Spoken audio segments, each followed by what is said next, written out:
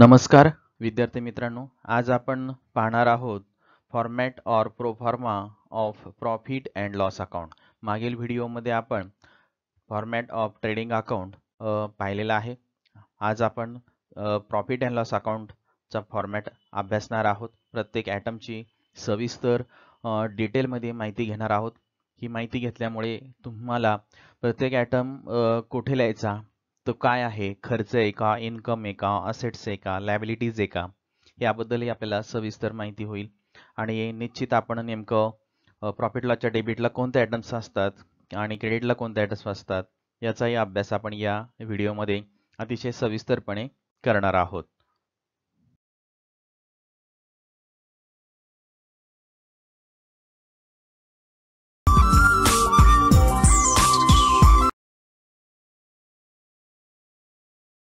करायचं आहे तर आता आपण प्रॉफिट अँड लॉस अकाउंटची माहिती पाहूया. Profit and loss account is the type of nominal account. तर प्रॉफिट अँड लॉस अकाउंट हे कोणत्या प्रकारचं अकाउंट आहे? नॉमिनल प्रकारचं. Profit and loss account is main account of income statement. म्हणजे प्रॉफिट अँड लॉस अकाउंट हे अतिशय महत्त्वाचं अकाउंट आहे की जे आपल्याला व्यवसायातील चालू वर्षामध्ये आपल्याला किती नफा झाला किंवा किती तोटा झाला हे त्यातून काय होते समजते. तर म्हणून ते काय महत्त्वाचं अकाउंट आहे किंवा महत्त्वाचं इन्कम स्टेटमेंट आहे. It is prepared to ascertain the net profit earn. हे तयार केल्यामुळे आपल्याला निव्वळ नफा किती झाला हे समजतंय. और net loss suffered by the business concern during the accounting year. म्हणजे चालू वर्षामध्ये आपल्याला किती तोटा झाला आहे हे सुद्धा काय होते समजते. पुढचं पाहतं वाक्य. All the indirect expenses are to be recorded to the debit side. म्हणजे सर्व इनडायरेक्ट एक्सपेन्सेस अप्रत्यक्ष खर्च जो आहे त्या सर्व अकाउंटची नोंद त्या ठिकाणी प्रॉफिट अँड लॉस अकाउंटच्या डेबिट साइडला केली जाते. Whereas all indirect expenses are to be recorded to the credit side of this account. म्हणजे तुम्हाला काही इन्कम झालेला आहे इनडायरेक्ट इन्कम, तर मी तुम्हाला सांगितले all received item, dividend received असेल, इंटरेस्ट रिसिव्ड असेल, किंवा अजून रेंट रिसिव्ड असेल, कमिशन रिसिव्ड असेल, डिस्काउंट रिसिव्ड असेल, all received items are recorded on credit side of this account. म्हणजे सर्व त्या अशा सर्व मिळणाऱ्या पैशाची नोंद या ठिकाणी प्रॉफिट अँड लॉस अकाउंटच्या क्रेडिट साइडला करायची असते किंवा लिहायची असतात. पुढे पहा. The credit balance on this account. म्हणजे जर या अकाउंटचा क्रेडिट बॅलन्स काय दाखवेल तुम्हाला?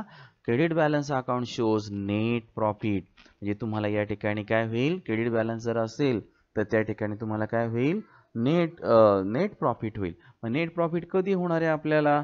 जर प्रॉफिट अँड लॉस अकाउंटची क्रेडिट साइड ही डेबिटपेक्षा कशी असते, जास्त असते, मोठी असते. म्हणजे क्रेडिट साइड जास्त आहे त्यामुळे आपण डेबिट साइड वजा करणार, डिफरन्स शोधणार. तो डिफरन्स म्हणजे आपला काय असेल, नेट प्रॉफिट. आणि या उलट झालं, आलं का लक्षात? हा जो नेट प्रॉफिट आहे हा आपण कुठे, पुढचं वाक्य पहा, वाक्यानुसार जाऊया. Net profit which is to be transfer to capital account credit side or added in capital. म्हणजे आलेला प्रॉफिट तुम्ही काय करायचं आहे, जर कॅपिटल अकाउंट ओपन केलेला असेल सेपरेटली तर तुम्ही प्रॉफिट अँड लॉस कॅपिटल अकाउंटच्या कुठं जायचं, क्रेडिट साइडला जायचं, तिथे लिहायचं प्रॉफिट अँड लॉस अकाउंट आणि दोन्ही पार्टनर 3 पार्टनर असतील त्यांच्या कॉलममध्ये अमाऊंट देऊन टाकायची वाटलेली. ठीक आहे. किंवा समजा जर तुम्ही बॅलन्स शीटच्या लायबिलिटी साइडलाच ते दाखवणार असाल तर अशा वेळेस त्यांच्या प्रत्यक्ष कॅपिटलमध्ये जाऊन काय करायचंय, ॲड करायचंय. तर आपण हे उदाहरणाद्वारे बघणार आहोत. बॅलन्स शीटच्या लायबिलिटी साइडला आपण मागच्या वर्षी आपण 11वीला सोल ट्रेडरचं जसं केलंय कॅपिटल त्याच्यामध्ये ॲड नेट प्रॉफिट, अगदी सेम तसंच या ठिकाणी आहे. मग तुमचे आकाश आणि विकास असे 2 जर पार्टनर असतील तर आकाशच्या आकाश कॅपिटल त्याच्यामध्ये अमाऊंट घेणार आणि add net profit amount add करणार आणि आउटरला घेणार. त्याचप्रमाणे विकासचं कॅपिटल घेणार, तर अमाऊंट लिहिणार, ॲड नेट प्रॉफिट करणार, अमाऊंट लिहिणार, टोटल आउटरला घेणार. म्हणजे दोघांनाही सेपरेट त्यांचा नफा तो जो झालेला आहे तो काय करणार, वाटून देणार. म्हणजे 2 प्रकारे आपण या ठिकाणी झालेला नफा ट्रान्सफर करू शकतो. पहिलं काय सांगितलं, सेपरेट कॅपिटल अकाउंट ओपन करायचे आणि त्याच्या क्रेडिट साइडला नोंद करायची, किंवा बॅलन्स शीटच्या लायबिलिटी साइडला जाऊन कॅपिटलमध्ये ॲड करायचे. पुढचं वाक्य पहा. The debit balance of this account shows. याचा अर्थ डेबिट बॅलन्स म्हणजे काय, तुमची डेबिट साईडची बेरीज ही क्रेडिटच्या बेरीजपेक्षा जर जास्त झाली म्हणजेच डेबिट बॅलन्स आला. Net loss which is to be transfer to capital account, आणि मग तो आलेला नेट लॉस सुद्धा तुम्ही कॅपिटल अकाउंटला काय करायचा आहे, ट्रान्सफर करायचा आहे आणि त्याच्या डेबिट साईडला जायचं आहे लिहिण्यासाठी. म्हणजे कॅपिटल अकाउंट ओपन केलं, प्रॉफिट झालं तर क्रेडिटला जाऊन लिहायचं बाय प्रॉफिट लॉस अकाउंट, आणि जर लॉस झाला तर कॅपिटल अकाउंटच्या डेबिटला जायचं to profit and loss account. किंवा काय सांगितले पहा, आर डिडक्टेड फ्रॉम कॅपिटल, किंवा मग तुम्ही काय करू शकता, बॅलन्स शीटच्या लायबिलिटी साईडला कॅपिटलमध्ये लेस नेट लॉस, आपण मागच्या वर्षी आकारवले लिहिलंय त्याचप्रमाणे या ठिकाणी नेट लॉस काय करायचंय, लिहायचं आहे आणि आउटरला रक्कम घ्यायची. तर प्रॉफिट अँड लॉस अकाउंटची माहिती मी थोडक्यात आता तुम्हाला सांगितली आहे आणि पुस्तकं जे दिलेलं आहे त्याचंच तुम्हाला स्पष्टीकरण करून दिलेलं आहे. आता आपण बघणार आहोत खाली प्रॉफिट अँड लॉस अकाउंट. तत्पूर्वी एक आपल्याला त्या ठिकाणी एक महत्त्वाचा पॉईंट या ठिकाणी दिसतोय. आर्यन कार्टर जे तज्ज्ञ आहेत आपले, त्यांनी काय दिलंय पहा information. A profit and loss account is an account into which all gains and losses are considered in order to ascertain the excess of gain over the losses or vice versa. म्हणजे थोडक्यात काय तेच सांगितले त्यांनी पुन्हा परत. म्हणजे profit and loss account हे अशा प्रकारचं अकाउंट आहे की इथं सर्व प्रकारचे गेन्स म्हणजे सर्व प्रकारचं उत्पन्न आणि लॉसेस म्हणजे सगळे प्रकारचे तोटे इथे कन्सिडर केले जातात, मांडले जातात, लिहिले जातात इन ऑर्डर म्हणजे अगदी क्रमाक्रमाने मांडले जातात. आणि काय केलं जातं, to ascertain the excess gains म्हणजे तुम्हाला जास्त नफा किती झालाय हे असर्टेन केलं जातं, शोधलं जातं. किंवा ओव्हर द लॉसेस आणि मग तुम्हाला लॉस किती जास्त झालाय ते शोधलं जातं. म्हणजे तुम्हाला गेन्स लॉसपेक्षा जास्त किती झालाय किंवा लॉसपेक्षा गेन्स किती जास्त झालाय, म्हणजे लॉस जास्त झालाय की गेन जास्त झालाय, दोन्हीही या ठिकाणी काय केलं जातं, शोधलं जातं. हा अतिशय महत्त्वाचा पॉईंट यांनी मांडलेला आहे. तर आता पुढचं पॉईंट आपण पाहणार आहोत. प्रो फार्मा किंवा त्याला आपण फॉर्मॅट असं म्हणतो की आपल्याला जे तयार करावं लागतं उत्तर लिहिताना. तर आता पुढचं पॉईंट आपण पाहणार आहोत. प्रो फार्मा किंवा त्याला आपण फॉर्मॅट असं म्हणतो की आपल्याला जे तयार करावं लागतं उत्तर लिहिताना. तर आपल्याला नेहमीप्रमाणे हेडिंग द्यायचं आहे. आपण कंबाईन हेडिंग दिलं तर कंबाईन देऊ शकता किंवा खाली separate profit and loss account एका ओळीला, दुसऱ्या ओळीला for the year ended 31 March dash dash. Debit credit लिहायचं विसरायचं नाही, अकाउंट आलं की डेबिट क्रेडिट आलंच. तर प्रॉफिट अँड लॉस अकाउंट आपण पाहत आहोत आणि प्रॉफिट अँड लॉस अकाउंटची कोणती साईड बघायची आपल्याला आता, डेबिट साईड. एक एक आयटमची आपण ओळख करून घेऊया. पुन्हा एकदा रिमाइंड करून देतो की कोणकोणते आयटम आपल्याला, कारण अर्थ समजला की पटकन कुठं लिहायचं हे समजतं. आणि म्हणून आता प्रॉफिट अँड लॉस अकाउंटच्या डेबिटला सर्व काय आहेत, एक्सपेन्सेस अँड लॉसेस, आणि क्रेडिटला काय आहेत, इन्कम्स अँड गेन्स. हेच आपण आता वरती माहितीमध्ये पाहिलेलं आहे. तर आपण बघूया आहेत का काय. चला, एक्सपेन्सेस पहिला आहे सॅलरीज, एक सॅलरी आहे वेतन त्या ठिकाणी दिलं, एक्सपेन्सेस त्यामुळे इथं आलाय. पुढचा आयटम आहे पहा सॅलरी अँड वेजेस, म्हणजे तो मी तुम्हाला मगाशी म्हटलं सॅलरी शब्द आधी आलाय, तो आयटम प्रॉफिट लॉसच्या डेबिटला लिहायचा आहे. पुढे रेंट अँड रेट्स, म्हणजे समजा तुमचं भाडं असेल, काही त्या दर असतील, रेट ठरले असतील त्याप्रमाणे ते काही खर्च झाला असेल तो या ठिकाणी. इन्शुरन्स हा तर खूप महत्त्वाचा खर्च आहे, विमा सुरक्षिततेसाठी आपण घेतो म्हणून तो या ठिकाणी लिहायचा आहे. त्यानंतरचा आहे टू इलेक्ट्रिसिटी अँड लाइटिंग. तर आपल्या सर्वांनाच आपल्याला वीज आणि वीज पॉवर लागत असते, विविध मशीन्स चालू असतात आपल्या कंपनीमध्ये, पार्टनरशिपमध्ये ऑफिस असतं, फॅन AC चालू असतात, प्रिंटर आहे, कम्प्युटर्स आहेत, सगळं भरपूर काही आहे लाईटचा वापर होणारा. तर या सर्वचा बिल त्या ठिकाणी येतं, ते सगळं बिल या ठिकाणी टाकलं जातं इलेक्ट्रिसिटी अँड लाइटिंगच्या नावाखाली. पुढे आहे to telephone and postage charges, म्हणजे आता बघा आपण मोबाईल आहेत, लँडलाईन फोन्स आहेत, फॅक्स आहे, या सगळ्यांचा खर्च या ठिकाणी टाकतो. पोस्टेजसाठी काही खर्च झाला असेल तोही या ठिकाणी येत असतो. पुढे प्रिंटिंग अँड स्टेशनरी, तर आपल्या सर्वांना माहिती आहे प्रिंटिंग स्टेशनरी म्हणजे काय, त्याच्यामध्ये प्रिंटर आलं, प्रिंट मारण्यासाठी लागणारे कागद आले, स्टेशनरी आल्या, शाई आली, पेन आले, पेन्सिल आल्या, रबर बिबर सगळं काही, सर्व ऑल आयटम्स प्रिंटिंग अँड स्टेशनरीवाले. ठीक आहे, ते सर्व खर्च इथे घेणार. पुढे ट्रॅव्हलिंग एक्सपेन्सेस ऑफ सेल्स, म्हणजे जो विक्री प्रतिनिधी आहे किंवा विक्रेता आहे त्याचा प्रवास खर्च जो आहे तो त्याचीही नोंद या ठिकाणी केली जाते. पुढे आहे टू डेप्रिसिएशन ऑन असेट, तर आपल्या सर्वांना माहिती आहे डेप्रिसिएशन हा टॉपिक आपण 11वीला पाहिलाय. सर्व असेट्सवरती डेप्रिसिएशन काढलेच जाते आणि तो एक प्रकारचा खर्च मानला जातो आणि तो नफ्यातून वजा केला जातो आणि म्हणून तो इथे त्या ठिकाणी लिहिलेला आहे एक्सपेन्सेस म्हणून, इनडायरेक्ट एक्सपेन्सेस. पुढे पहा टू लोडिंग चार्जेस, लोड करणे आपल्याला शब्द माहिती आहे, आपण ऐकला असेल. लोड करणे म्हणजे भरून देणे. म्हणजे ऊसाची ट्रक, आपल्या आता शेतकरी आहोत आपण, समजा ऊसाची ट्रक आपण काय करतो, ऊस भरून देतो, त्याला म्हणायचं लोड करणे, भरणे. मग कंपनी, कारखाने आहेत, त्याच्यामध्ये सुद्धा मालाचे बॉक्स पॅकिंग करतात आणि कंपनीमध्ये ते भरतात. मग रेल्वे असेल, विमानात असेल, रेल्वेची मालगाडी तर सेपरेट आहे, रेल्वे मोठी भरून दिली जाते, त्याला काय म्हणतात, लोडिंग चार्जेस. ते इथं घेतलेले आहे. पुढे टू ऑडिट फीज म्हणजे सर्व हिशोब तपासून झाल्यानंतर आपण चार्टर्ड अकाउंटंट कडून काय करतो, सगळं चेक करून घेतो आणि त्याच्या ऑफिसमध्ये आपण ही सगळी माहिती नेऊन देतो. तो सगळं चेक करतो, चुका असेल दुरुस्त करून घ्यायला सांगतो, वगैरे वगैरे सगळं काही तो आपल्याकडून करून घेतो. त्याच्या बदल्यात तो जो चार्जेस, मानधन घेतो, त्यालाच काय म्हणतो आपण, ऑडिट फीज. तो एक प्रकारचा खर्च म्हणतो, या ठिकाणी घेतलेला आहे. पुढे टू एंटरटेनमेंट एक्सपेन्सेस, आपण बघतो की आजकाल प्रत्येकाला करमणुकीची गरज आहे. म्हणजे थोडंसं बोर झालं, कंटाळा आला, तुम्हालाही अभ्यास करताना कंटाळा आला, तर तुम्ही गाणी ऐकता, कुठंतरी टी व्हीकडे बघता, कोणाशी तरी गप्पा मारता. म्हणून एंटरटेनमेंट खूप महत्त्वाचं आहे. तर इथे कर्मचाऱ्यांसाठी सुद्धा काहीतरी करमणूक प्रत्येक कारखान्यात, कंपनीत, भागीदारी संस्थेत ही असतेच आणि तो थोडासा एक खर्च आहे. तर त्या ठिकाणी तो खर्च त्या ठिकाणी जो केला जातो त्याची नोंद या ठिकाणी एंटरटेनमेंट एक्सपेन्सेस या हेडखाली केली जाते. पुढचा आयटम पहा, टू रिपेअर्स, रिन्युअल्स अँड मेंटेनन्स. तर रिपेअर म्हणजे दुरुस्त करणे. तर दुरुस्त आपल्या पार्टनरशिपमध्ये काय, घरात काय, सगळ्याच ठिकाणी काहीतरी बिघडत असतं, तर ते दुरुस्तच केलं जातं आणि तो खर्च या ठिकाणी होतो. रिन्युअल म्हणजे काही गोष्टी आपण काय करतो, डॅमेज होण्यापूर्वीच त्याला बदलून टाकतो, त्याला म्हणतात रिन्युअल्स. म्हणजे आपण म्हणतो चला आता घराचा कलर चांगला राहिला नाही, एवढा जरा खराब वाटायला लागला, मग काय लगेच खराब आहे का सगळं काढून टाकणार का, नाही.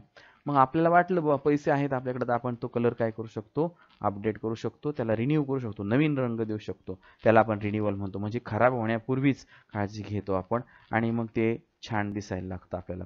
तर अशा मशिनरी असतील, ऑफिसचं फर्निचर असेल किंवा अनेक बाबतीमध्ये आपण रिन्यू करत असतो बऱ्याच गोष्टी, तर तो खर्च या ठिकाणी घ्यायचा. मेंटेनन्स, मेंटेनन्स म्हणजे काय, तर एखादी गोष्ट होण्यापूर्वीच, धोका होण्यापूर्वीच आपण त्याची काळजी घेत असतो. तर हा धोका जो आहे हा खूप मोठा असतो आणि म्हणून ही काळजी आपण अगोदरच घेत असतो. त्यासाठी एक मेंटेनन्स अधिकारी सुद्धा त्या ठिकाणी असतो काळजी घेण्यासाठी. कारण धोका होण्यापूर्वी जर आपल्याला जर कळालं तर आपण ते धोका टाळू शकतो आणि धोका झाला तर मोठं नुकसान होणार असतं. आणि जर आपण अगोदरच ती काळजी घेतली तर मात्र आपलं ते होणारं नुकसान खूप टळू शकतं. म्हणजे 100% जर नुकसान झालं तर त्याच्या 10% सुद्धा मेंटेनन्ससाठी खर्च येत नाही. मग असा खर्च केला असेल तर मेंटेनन्स या हेडखाली तो या ठिकाणी लिहिला जात असतो. तर उदाहरण मी तुम्हाला मेंटेनन्सचं दिलेलं आहे 11वीला, सायकलचं टायर. तर टायर आपण सायकल वापरतो, सायकलचं टायर काय होतं, झिजतं. अगोदर नवीन असतं तेव्हा छान डिझाईन असते आणि नंतर वापरून ते पूर्ण डिझाईन जाते आणि सॉफ्ट होतं. तर सॉफ्ट झाल्यानंतर सायकल चालवणे हे धोक्याचं होतं. कारण त्या ठिकाणी सायकल जर त्याला डिझाईन असेल तर ते सायकल ग्रिप पकडते आणि पडत नाही सायकल पटकन खाली आणि चांगल्या प्रकारे घसरत नाही, लांब जात नाही, स्लिप होत नाही. त्याचप्रमाणे मग जर गोटा झालेलं, मऊ झालेलं टायर असेल तर सायकल आपली काय होते, स्लिप होऊ शकते. पावसाळ्यात तर प्रमाण स्लिप होण्याचं जास्त असतं आणि म्हणून सायकल मेंटेनन्सवाले आपल्याला नेहमी सांगतात उन्हाळ्यामध्येच नवीन टायर टाकून घ्या बरं का, पावसाळा आलाय. त्याचं कारणच ते यालाच आपण मेंटेनन्स म्हणतो. मग आपण पावसाळा येण्यापूर्वीच नवीन टायर टाकून घेतो. मग हे जी क्रिया आपण केली नवीन टायर टाकण्याची, म्हणजे पूर्वी आपण आपण म्हणतोय नाही नाही अजून भरपूर दिवस चालेल टायर माझं, पण धोका हा होऊ शकतो. म्हणून पातळ झालेले टायर्स जे आहेत, पूर्ण डिझाईन केलेले, हे उन्हाळ्यामध्ये चेंज केले जातात आणि ते मग उन्हाळा आणि पावसाळा 2 ऋतू काढतात. असं आपलं दरवर्षीचंच त्या ठिकाणी असतं. तर अशा प्रकारे हा खर्चच येतो या हेडखाली घेतला जातो. पुढे पहा, इंटरेस्ट ऑन लोन. म्हणजे आपण समजा आता पार्टनरकडून काही कर्ज घेतलं, बरोबर की नाही, किंवा बँकेकडून कर्ज घेतलं, तर जे कर्ज घेतले त्याच्यावर आपल्याला व्याज द्यावं लागतं, तो आपला खर्च आहे. म्हणून इंटरेस्ट ऑन लोन या ठिकाणी लिहायचं आहे. पुढे पहा, सनरी ऑर मिसलॅनियस एक्सपेन्सेस. याला सनरी किंवा किरकोळ खर्च, मिसलॅनियस म्हणजे सुद्धा किरकोळच खर्च, म्हणजे छोटे छोटे खर्च होतात, त्याला काही हेडिंग काही खास स्पेशल असं देता येत नाही आणि म्हणून ते सनरी किंवा मिसलॅनियस ह्या हेडखाली लिहिले जातात. तर त्याला किरकोळ खर्च आपण असं म्हणूया. तर याची नोंद या ठिकाणी केली जाते. पुढे पहा, टू कन्व्हेयन्स. कन्व्हेयन्स म्हणजे काय, प्रवास खर्च किंवा वाहतूक प्रवास खर्च. तर या कन्व्हेयन्सचाही या ठिकाणी आपण जसे ट्रॅव्हलिंग एक्सपेन्सेस, कन्व्हेयन्स थोडाफार फरक आहे, नाही असं नाही. तर इथं कन्व्हेयन्स थोडंसं जरा हेवी शब्दाने आलेला आहे. तर वाहतुकीसाठी जो जो झालेला खर्च आहे आणि तो या ठिकाणी घेतला जातो. टू कन्व्हेयन्स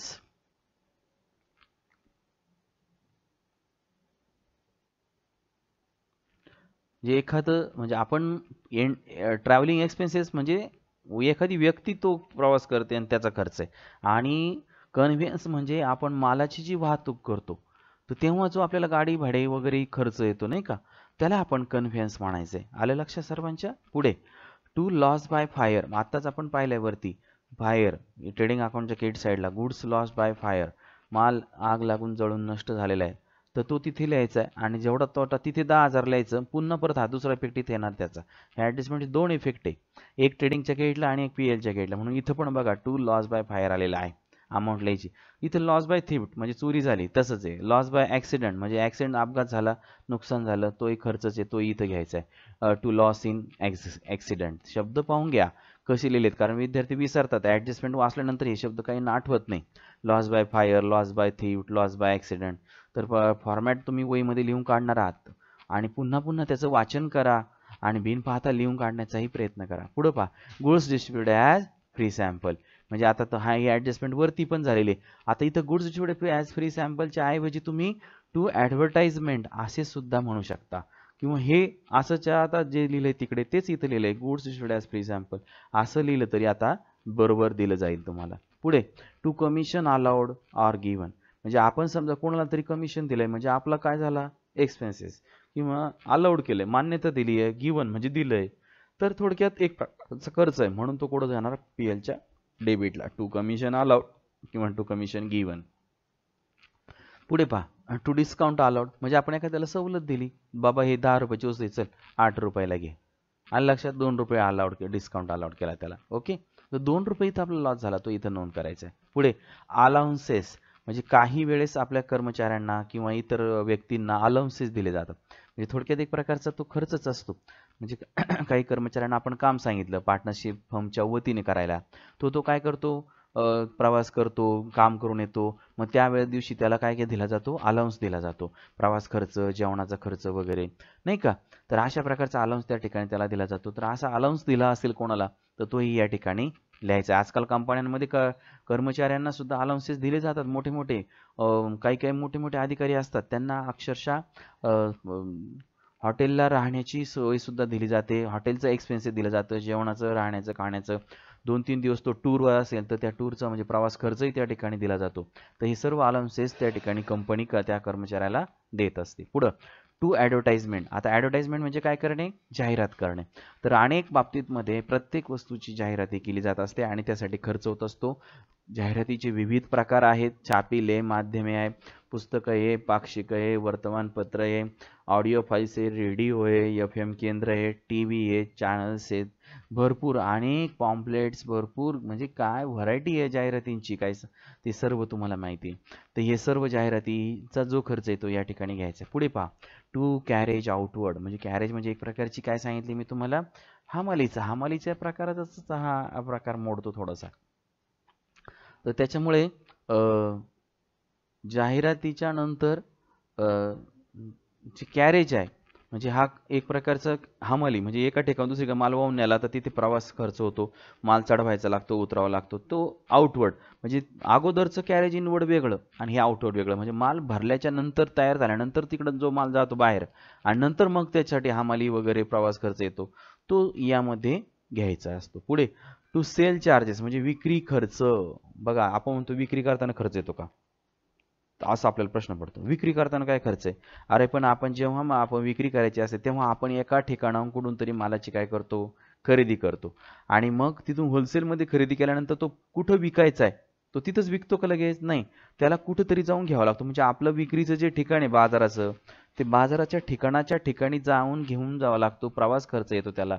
आणि हा प्रवास खर्च त्यालाच आपण काय म्हणतो, सेल चार्जेस. किंवा तिथे आपल्याला बाजार तळावर जर बसलो तर कधी कधी आपण बघतो नगरपालिका ग्रामपंचायत त्या जागेची पट्टी फाडायला येतात नाही का, ते सुद्धा सेल चार्जेस. ते विक्रेत्याला होणारा खर्च आहे विक्री होताना, तो सगळा ह्याच्यामध्ये टाकायचा आहे. पुढे to bad debts. Bad debts म्हणजे काय, तर बुडीत कर्ज. म्हणजे आपल्याला माहिती आहे एखाद्याने उधारी माल विकला आणि त्याने आपल्याला पैसेच दिले नाही, आणि दिले नाही म्हणजे आपल्याला अंदाज येऊन गेला 1 वर्ष झालं, 2 वर्ष झाले, 3 वर्ष झाले, हा काही पैसे देत नाही. आपण शेवटी म्हणतो आता हे पैसे काय मला मिळणार नाही, आणि आपण त्याच्याशी भांडूनही काही उपयोग नसतो, कारण आपल्याला बाकीचे कस्टमर आपल्याला बघत असतात आणि त्यामुळे आपण आपलं क्रेडिट टिकवण्यासाठी आपण म्हणतो हे पैसे सोडून देऊ, हेच आपले काय झाला बॅड डेब्ट्स, बुडीत कर्ज म्हणतो आपण त्याला.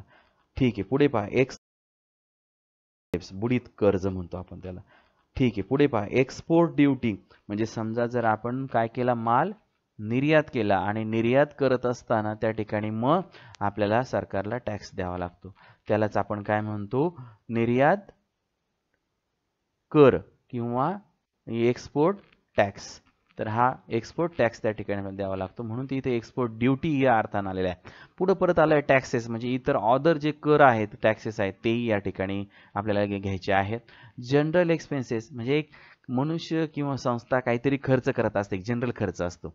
तर समजा आले पाहुणे, चहा पाणी आपण खर्च करतो, मग तो जनरल एक्सपेन्सेस मानला जातो. खास काही जनरल एक्सपेन्सेसमध्ये तो चहा पाण्याचा खर्च टाकून दिला जातो. तर असे छोटे मोठे काही खर्च असतात ते जनरलमध्ये मोडतात, तो आयटम या ठिकाणी घ्यायचा आहे. पुढे आहे ट्रेड एक्सपेन्सेस. आता ट्रेड एक्सपेन्सेस बाबत पुढे सूचना आहे, तत्पूर्वी मला आता आठवली म्हणून सांगून टाकतो. 11वीला तुम्हाला मी सांगितले ट्रेड एक्सपेन्सेस हा आयटम ॲक्च्युली कसं पाहिलं तर ट्रेडिंग अकाउंटच्या डेबिटला लिहिला जातो, परंतु जर अनेक एक्सपेन्सेस असतील तर ट्रेडिंग एक्सपेन्सेस हा ट्रेडिंगच्या डेबिटला जातो, आणि जनरल एक्सपेन्सेस, लीगल चार्जेस वगैरे वगैरे हे चार्जेस जर नसतील तर ट्रेड एक्सपेन्सेस हा प्रॉफिट अँड लॉस अकाउंटला लिहिला जातो. तर मुद्दा कळाला आहे. ऑदर एक्सपेन्सेसचे आयटम ट्रायल बॅलन्समध्ये आले असतील तर ट्रेड एक्सपेन्सेस हा आयटम ट्रेडिंगच्या डेबिटला लिहायचा आहे, आणि जर नसतील, कोणतेच एक्सपेन्सेस नसतील तर ट्रेड एक्सपेन्सेस हा आयटम प्रॉफिट अँड लॉस अकाउंटच्या डेबिटला लिहायचा आहे. पुढे पहा लीगल चार्जेस, म्हणजे लीगल म्हणजे काय, कायदेशीर. तर आपल्याला बऱ्याच गोष्टी कायदेशीर बाबी कराव्याच लागतात. प्रत्येक ठिकाणी खर्च येतो, स्टॅम्प घ्यावा लागतो, तिकीट घ्यावं लागतं, कधी कधी पोस्टानं आपल्याला पाठवावं लागतं, ते सगळे खर्च या लीगलमध्ये येतात. प्रोफेशनल चार्जेस, व्यावसायिक खर्च, जे व्यवसाय करत असताना आपल्याला व्यावसायिक खर्च येतात तेही या ठिकाणी येतात.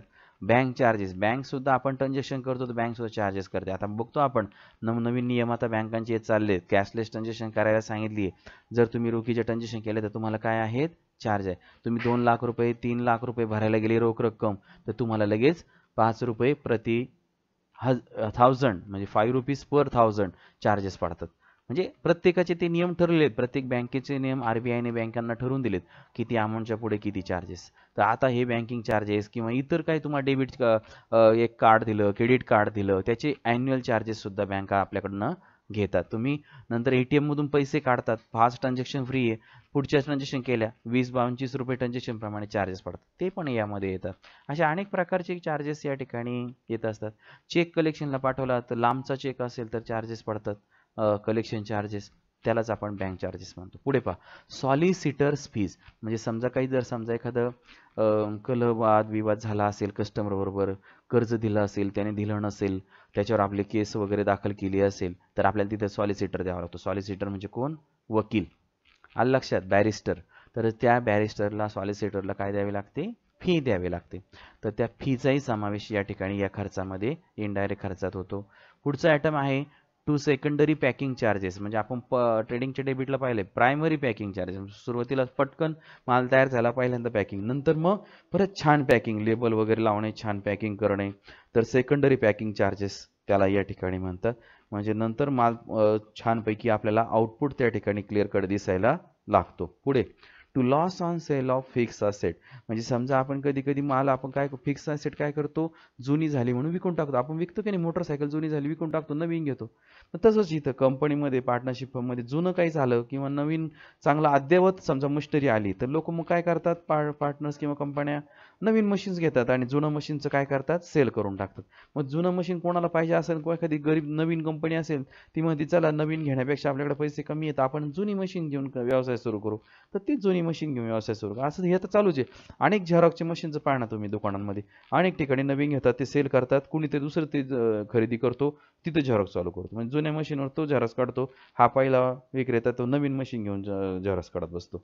तर अशा प्रकारे हे फिक्स असेट विकले जातात जुन्या झाल्यानंतर, किंवा नवीन अद्ययावत आल्या तर त्या घेण्यासाठी पहिल्या विकून टाकल्या जातात. आणि कधी कधी हे विकताना लॉस होतो, तो लॉस जर झाला असेल तर PLच्या डेबिटला घ्यायचा आहे. आपण डेप्रिसिएशन चॅप्टर 11वीला सोडवला आहे, आठवते तुम्हाला, profit on sale of fix asset किंवा loss on sale of fix asset आपण शोधलेलं आहे सगळं. तर तिथे सुद्धा हीच एंट्री आपण या ठिकाणी केलेली आहे. लॉस झाला तर ॲसेट अकाउंटच्या डेबिटला आपण तिथे लिहिलेलं आहे, आणि इथे प्रॉफिट झाला असेल तर प्रॉफिट त्या ठिकाणी लिहिलेलं आहे क्रेडिट साईडला. तर अशा प्रकारे इथे त्याची नोंद या ठिकाणी केली जात असते. लॉस झाला म्हणून लॉस झाला आपलं हे डेबिटला सगळे एक्सपेन्सेस लॉसेस म्हणून इथं हा लॉस आलेला आहे. आणि प्रॉफिट झाला तर कुठं जाईल, तो इन्कम झाला म्हणून क्रेडिटला जाईल. पुढं पहा लास्ट पॉईंट आहे आता नेट प्रॉफिट. मग हे सगळं झाल्यानंतर शेवटी क्लोज केल्यानंतर क्रेडिटची बेरीज जर जास्त आली आणि डेबिट म्हणजे आता आपण हे आयटम पाहिले ही बेरीज जर कमी आली तर या ठिकाणी आपल्याला काय मिळतो, नेट प्रॉफिट. बॅलन्सिंग फिगर येते, त्याला आपण नाव देणार टू नेट प्रॉफिट आणि तिथे ब्रॅकेटमध्ये खाली लिहायचं आहे transfer to partners capital account or current account. मग आपण मागच्या वर्षी केलेलं आहे, पार्टनर्स लायबिलिटी साईडला गेलोय, पार्टनर्स कॅपिटल अकाउंटला काय केलेलं आहे, जाऊन ॲड नेट प्रॉफिट असं लिहिलेलं आहे आपण, नाही का? आठवतंय सर्वांना? चला तर आता प्रॉफिट अँड लॉस अकाउंटची डेबिट साईडचं सर्व आयटम आपण पाहिलेत. पुन्हा आता जाऊया आता प्रॉफिट अँड लॉस अकाउंटच्या क्रेडिट साईड. Okay start. चला आता पुढे आहे क्रेडिट साईडचा पहिलाच आयटम. मी तुम्हाला सांगितले ट्रेडिंग अकाउंट क्लोज केल्यानंतर तो जो ग्रॉस प्रॉफिट होतो तो कुठं जातो, डेबिटला ग्रॉस प्रॉफिट होतो, त्याच्यामुळे ती ओपनिंग फिगर कुठं जाणार, क्रेडिट साईडला. आणि म्हणून बघा इथे प्रॉफिट लॉस अकाउंटच्या क्रेडिटला आलेला आहे by gross profit brought down. मग ती अमाऊंट इथे लिहायची आहे. त्याच्या खाली दिलेले बघा आता जेवढे इन्कमचे आयटम्स हे सगळे बघा इथे. कमिशन रिसिव्ड अमाऊंट लिहायची, डिस्काउंट रिसिव्ड किंवा अर्न म्हणजे कमविणे मिळविणे. आपण काम करतो आपल्याला पैसे मिळतात, दॅट इज अर्न. रिसिव्ड म्हणजे मिळणे किंवा कमविणे. तर डिस्काउंट मिळाला तर त्याची अमाऊंट इथे लिहा. इंटरेस्ट मिळाला, इंटरेस्ट रिसिव्ड तो इथं घ्या. डिव्हिडंड मिळाला आहे ते घ्या. रेंट मिळाला आहे, सन्ड्री एक्सपेन्सेस मिसलेनियस म्हणजे आपण काहीतरी आपल्याला पैसे मिळालेत, खर्च झालेला आहे आणि समोरच्याचा खर्च झालेला आहे, त्याने आपल्याला पैसे दिलेले आहे. आलं लक्षात, समोरच्याने खर्च केलाय आणि उत्पन्न आपल्याला मिळालं आहे. ते असे रिसिप्ट असतील तर ते इथं घ्या. आणि एखादी असेट विकून प्रॉफिट झाला असेल तर तोही इथं घ्या, profit on sale of asset. आणि नंतर मग आपण सर्व हे आयटम लिहून झाल्यानंतर क्लोज करतो. क्लोज केल्यानंतर डेबिट साईडची बेरीज जर जास्त भरली आणि क्रेडिटची बेरीज काय झाली, कमी भरली, तर इथं काय होतो, नेट लॉस होतो आणि त्याला आपण म्हणतो नेट लॉस. आणि हा नेट लॉस काय करतो आपण, ट्रान्सफर टू कॅपिटल अकाउंट. एक कॅपिटल अकाउंटला एक तर ट्रान्सफर करा किंवा मग बॅलन्स शीटच्या लायबिलिटी साईडला जा आणि तिथे काय करतो आपण, नेट लॉस ऍड करतो की लेस, तर लेस करतो. म्हणजे कॅपिटल लिहिणार आपण आणि लेस नेट लॉस असं त्या ठिकाणी लिहिणार, आउटरला वजाबाकी करून उत्तर लिहिणार. तर आता आपण पाहिलंय प्रॉफिट अँड लॉस अकाउंटचा फॉर्मॅट किंवा त्याला प्रो फार्मा असं आपण म्हणतो. तर प्रॉफिट अँड लॉस अकाउंट या ठिकाणी आपलं संपलंय. आपण तर या ठिकाणी एका या ऑडिओमध्ये थांबूया. पुढील ऑडिओमध्ये पाहूया balance sheet. Thanks for watching my video.